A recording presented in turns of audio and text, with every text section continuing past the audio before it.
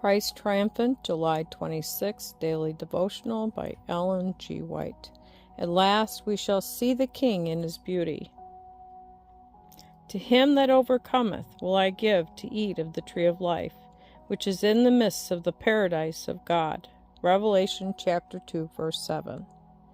If you feel a spirit of controversy with anyone, just go out somewhere and speak of the love of Christ to souls who need a testimony in favor of the truth.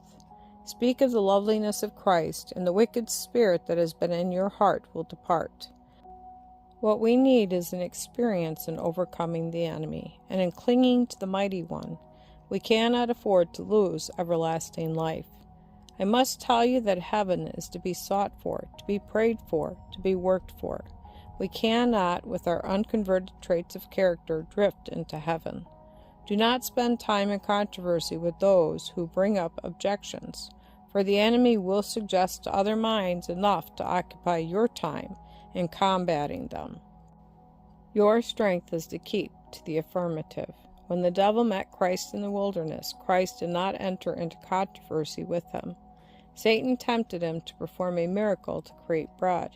Had Christ done this, he would have given the enemy a decided advantage, for Satan might have given a similar evidence of his own power. So today, if people bring to you objections to the truth and try to stir you up, do not become excited. Keep on the track of the affirmative. Affirm the truth. Thus saith the Lord. And let me tell you, the enemy will soon desire to get out of your presence. Let us lay aside the warfare the enemy would have us put on.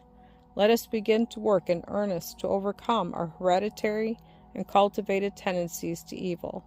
Let us plead with God to take away the wicked propensity to fault-finding, and in its place to give us life and the love of Christ.